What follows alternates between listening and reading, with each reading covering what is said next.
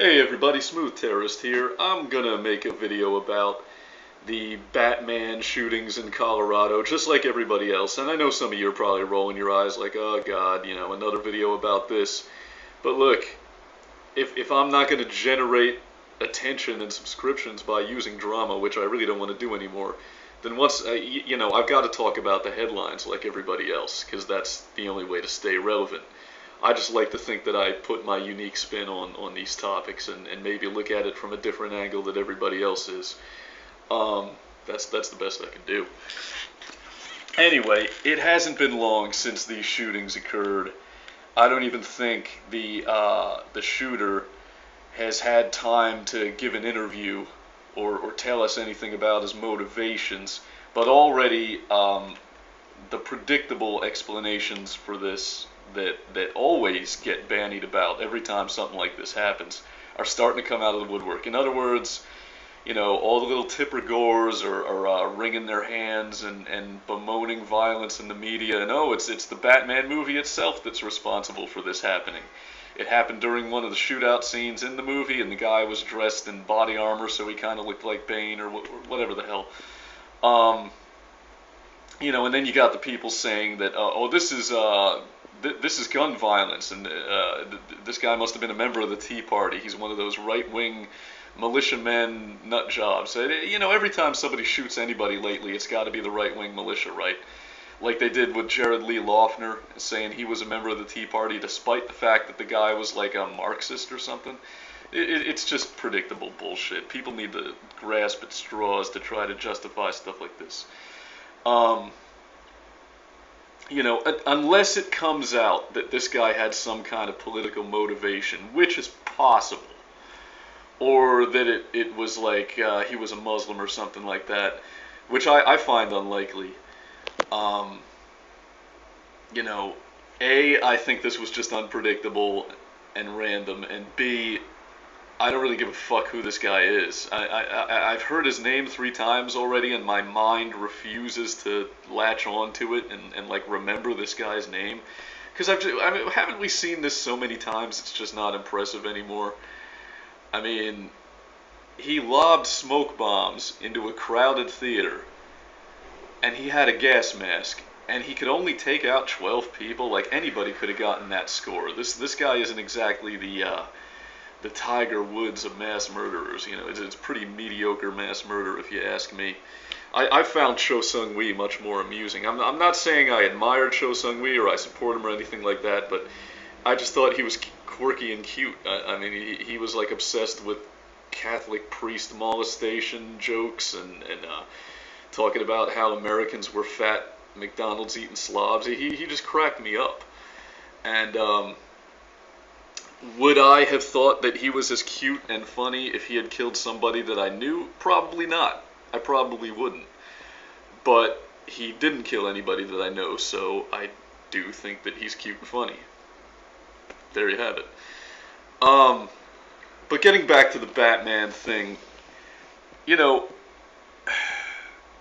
anybody who's really a student of history has to accept that things like this aren't really new. There seems to be this attitude in the media that mass killings of this nature are something that we've just never seen before, and it's like this new epidemic, and it's not. This is the nature of violence. It's random, it's unpredictable. You never know when it's going to happen, where it's going to happen, for what reasons it's going to happen. And I actually, the most wisdom that I've heard on this topic so far has come from a surprising source, but I'll get to that in a minute. Before I do, first I want to read a little excerpt from the comments section of a video of mine that's 6 months old, titled "The Most Fascist." This is from 6 months back. And somebody in the comments section named Don Quixotek says, "Wow, you're back again? Hard case, I can't really decide whether you're awesome or a douchebag. You have a lot of great points, and sometimes you are rational and have own idiots. But then you have these moments like pointing a gun at people and doing stupid shit like that. What do you have to say about this? And this was my response to him 6 months ago. I said, what do I say to the accusation that I am rational most of the time, but irrational and even violent some of the time? I say that I'm no different from any other human being. Which I guess my audience thought was a good answer, because I got 8 little approvals on, and I hate that comment approval shit. You know, the original comment I was responding to got like hidden because too many people voted it down, and now you have to click a little thing in order to read it, and I fucking hate that shit. I hate how we can like democratically censor comments, and if enough people thought what you said wasn't good, then we just don't get to read it. It gets hidden. It gets hidden so people don't have to see the bad, scary comment anymore. Fuck you with this shit. Fuck you, Google. Stop changing the layout every 5 minutes, too. That shit's annoying. But the point that I was making when I responded to that comment, I think is a valid one, and I've heard it put into words many different ways by many different people. My late grandfather, who was a very staunch religious guy, used to say that we each have it within us to be angels or devils. Noam Chomsky famously said that everyone has the potential to be either a gas chamber attendant or a saint. And this is the horror that people are afraid to face. This is the awful truth that gives rise to all these bullshit justifications like, oh, it's violence in the media that's causing things like this to happen, or oh, it's because this guy had an agenda, he was a right-wing Second Amendment Tea Party guy. No, the fact is, anybody can snap at any time for any reason.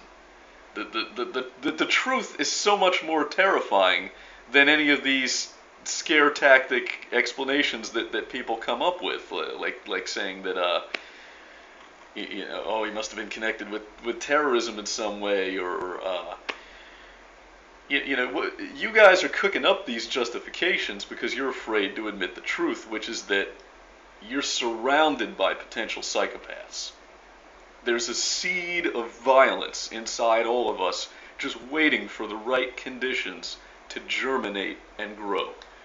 And you can think of the most wise, kind, compassionate person you know. Maybe it's your mother, maybe it's somebody that volunteers at the local soup kitchen, whatever the fuck the case may be. That person, under the right circumstances, could be a child rapist, a murderer, a torturer. The truth is, and the converse is also true. The opposite is also true. It's not like Adolf Hitler never petted a fuzzy kitten, or smiled at a baby, or laughed at a joke. It's not like the guy was a cartoon character that was like 999 all the fucking time. I mean, we have to stop trying to turn people into cartoon characters. And this is one of the biggest problems I have with the whole concept of the justice system. Is that, like, we'll put a murderer behind bars and throw away the key.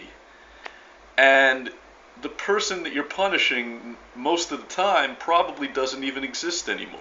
The person who's languishing behind bars is probably a totally different person than the one who committed the act that they're being punished for. Because people fucking change. If you need any evidence of this, just look at my old videos under the numerous accounts that I've had here on YouTube. I've been through like 3 YouTube accounts. And I think my personality archetype has like radically changed at least 3 times in the past, 5 or 6 years? And I'm not alone. I'm not the only... the fact is, people change. People fucking change. And each one of us, each individual human being, contains the potential to display the full range and scope of possibilities of human behavior. In other words, we're all capable of anything. And,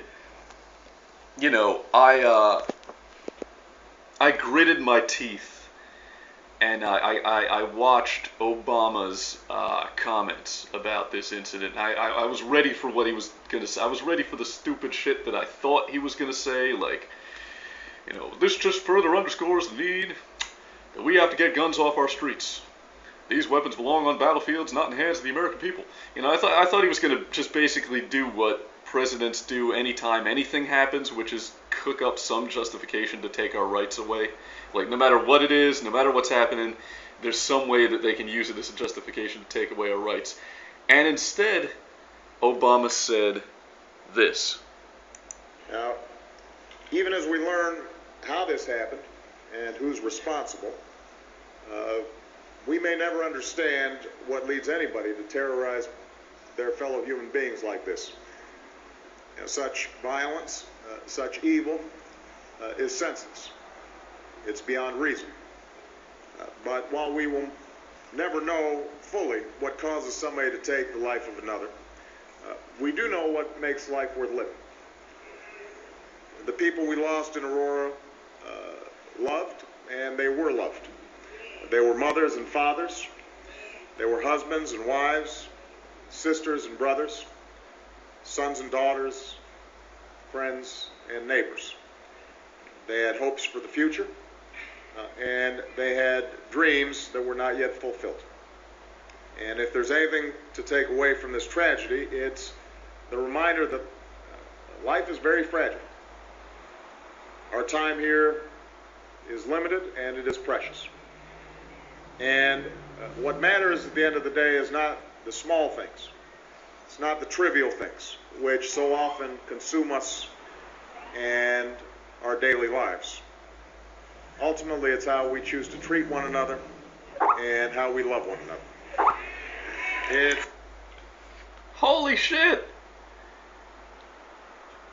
Wise words. I mean, can you deny it? I'll give the devil his due. I still think Obama is just a sleazy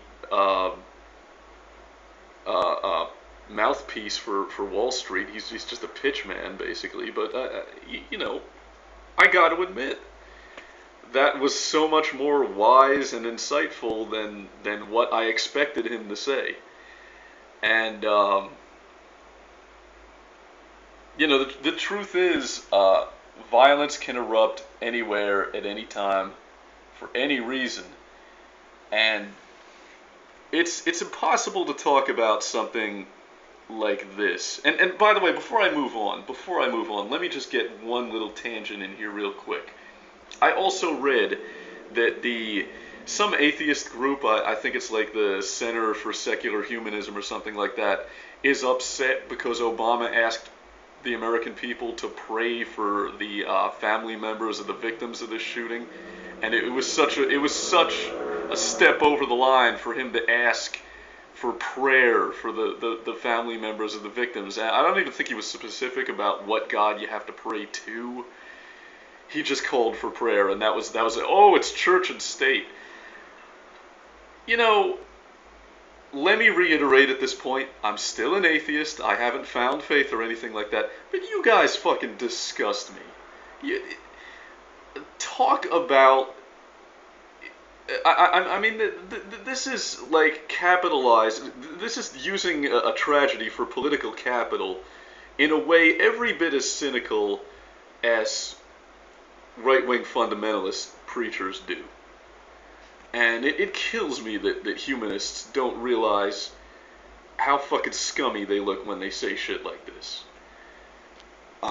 People just lost family members, and you're upset because the president dares to say some shit about prayer. Like, go fuck yourself, seriously.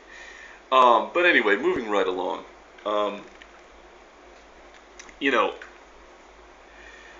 Maybe Obama hasn't said anything about gun control yet. But he will. I can read between the lines, like he said, we're going to keep the American people safe, and we're going to address, we're going to get to the people responsible, and we're going to make sure the American people are safe. That's kind of code for, we're going to start looking into some more anti-gun legislation. And you can't talk about something like this without talking about the elephant in the room, which is gun control. Look, here's the deal. I'm not going to make the tired old point that gun control advocates, excuse me, that gun rights advocates always do, which is that, you know, the guy could have used anything. He could have lobbed Molotov cocktails into the theater. He could have charged in brandishing a chainsaw. He could have had a crossbow. Or, I mean, you know, we all kind of understand that people who want to kill and are going to do it one way or the other. But I think that the random, unpredictable nature of violence is precisely the reason why we have to get citizens armed. Everybody, I really want, you know, it's considered an extremist viewpoint by a lot of people, and they look at me like I'm crazy when I say it, but I want every man, woman, and some children, you know, to a point, not like 5-year-olds, to be armed. I want everybody to be fucking armed. I think an armed society is a polite society. If there had been one fucking person in that theater who had a gun, besides the psychopath, then would he have taken out 12 people without somebody standing up and retaliating? I don't think so. And I think the question that faces all of us, when you consider the fact that most of the violence in the 20th century has been state violence against civil society. So in other words, most of the violence perpetrated in the 20th century has been perpetrated by people in uniforms, soldiers, cops, etc., so forth. And incidents like this really are exceptions to the rule. The question that we all have to struggle with is like, how do you get guns into the hands of people who abhor violence? Because those are the people who need to be armed the most. The people who abhor violence don't want guns. They don't want anything to do with force. And that's the problem. How do we get these people to stop being lambs to the slaughter? I don't have the answer to that question. I'm really struggling with that one. And, you know, I think things like this have always happened, and they always will happen. And not that it's even really a solution, because there is no solution. We're never going to be safe. But the only way to even mitigate that danger a little bit is for everybody to be armed, and for everybody to take responsibility upon themselves for their own protection, rather than externalizing that responsibility onto somebody else. Oh, that's the cop's job. Oh, that's the military's job. You know, as those of us in the Second Amendment crowd always say, when seconds count, the cops are only minutes away. So, you guys, let me know what you think in the comments below. This has been The Smooth Terrorist, and if you enjoyed this video, then download it, re-upload it, mirror it, parody it, make it your own, because the folks at Google can't censor me unless you let them. Keep it smooth.